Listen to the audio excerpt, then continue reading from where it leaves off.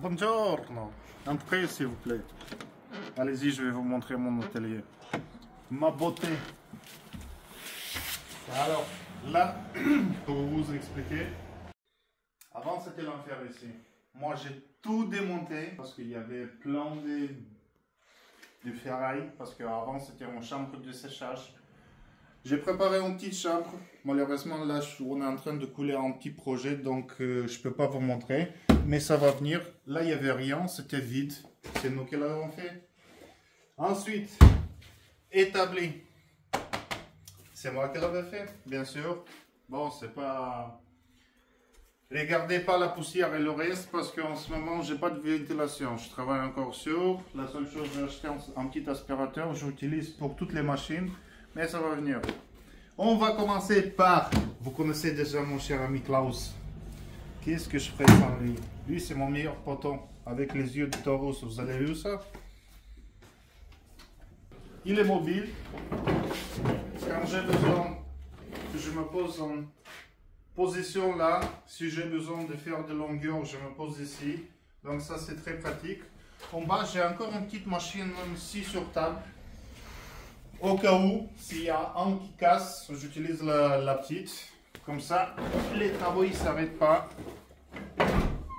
Après, donc, là on a le stockage du bois. Ça c'est mon endroit préféré. Parce que là on a, surtout cela, c'est du chêne américain. On va utiliser dans un gros projet parce qu'un épaisseur il fait 70 mm. Et sachant que ça c'est mon stockage du bois que j'utilise récemment pour les projets qui sont en train de venir. Le reste, tout est stocké là-haut. J'ai un deuxième endroit pour stocker la plupart du bois qu'on a acheté. J'ai quand même un mètre cube, je pense. Après, on passe au autre établi du milieu. Là, j'ai installé une machine pour faire mes découpes. Ça, c'est l'oreille du guidage. Donc, oui, je sais qu'il est trop grand. Et comme ça, au moins, je suis sûr que je mets un serre-joint là, et je fais mes découpes tranquillos. Pareil.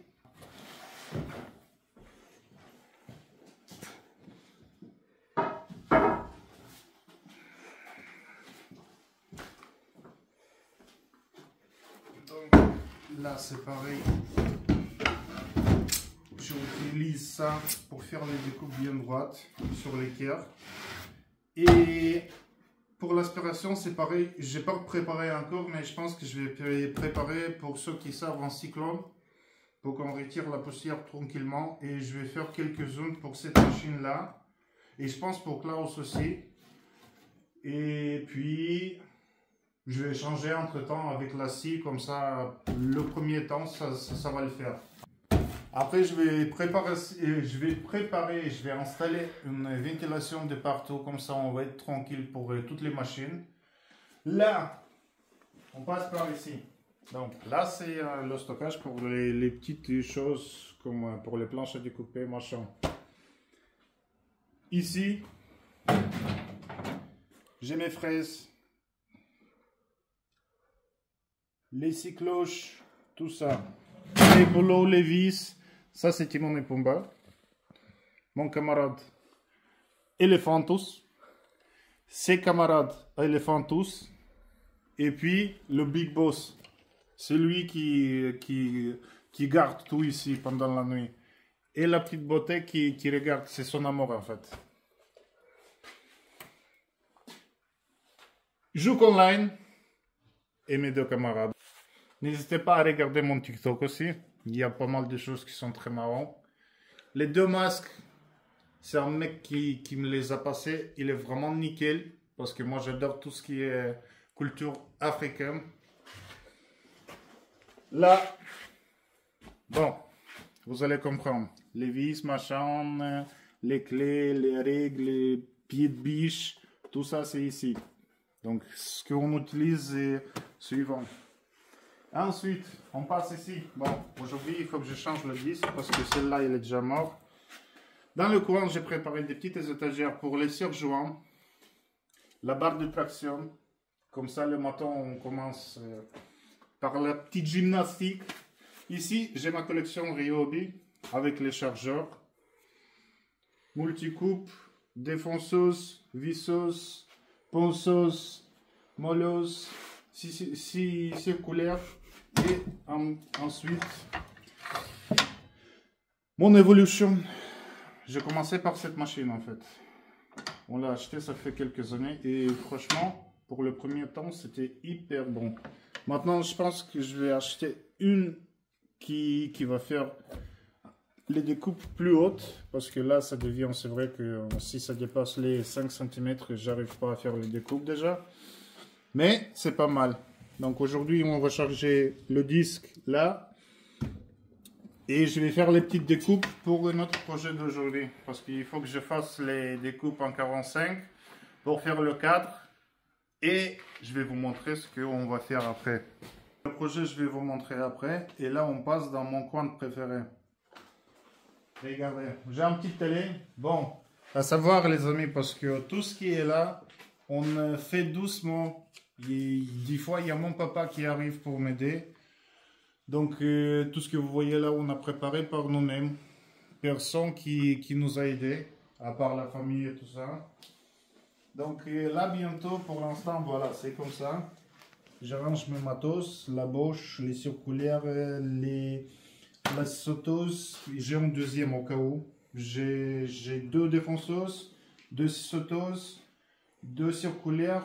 S'il y en a un qui casse, j'utilise la deuxième, même si c'est les anciennes, mais bon. Et voilà, il manque la petite masque à rajouter pour mon camarade là-haut.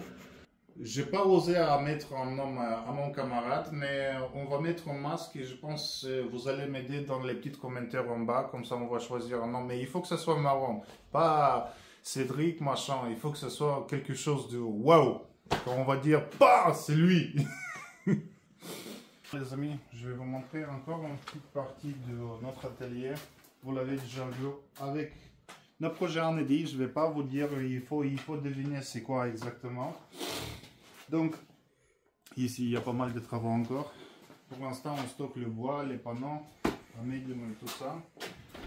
Et ces petites chambres. C'est pareil, c'est un peu l'enfer, mais bon, ça va venir. On a déjà installé le toit. Et ici, comme vous voyez, ça va être encore une chambre de séchage. Parce que c'est vrai que quand on a plusieurs projets, c'est pas évident. Là, elle est trop petite, il y a quelques mètres. On peut faire une, deux tables et quelques petites choses, mais pas plus. Je vais vous montrer mon stock du bois. Je vais vous montrer mon stock du bois. Il y en a pas mal ici. On l'a mis pour que ça sèche, parce que quand même, il était un peu humide quand on l'a ramené ici. C'était entre 15 et 17%.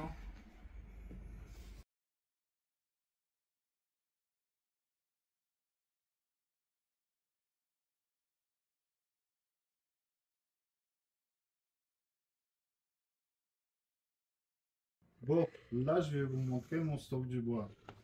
On l'a mis ici pour que ça sèche. C'est des choses normales parce que quand on l'avait ramené, la humidité elle était entre 15 et 17. Et pour nous, pour la résine, c'est un peu trop.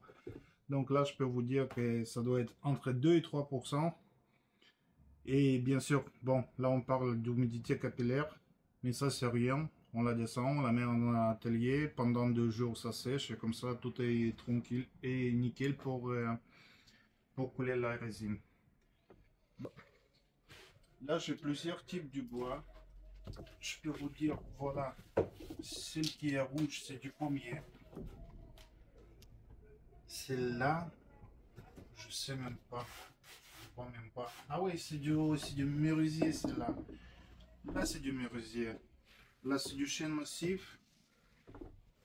Là c'est du chêne massif. Je n'ai pas mal en fait du pommier.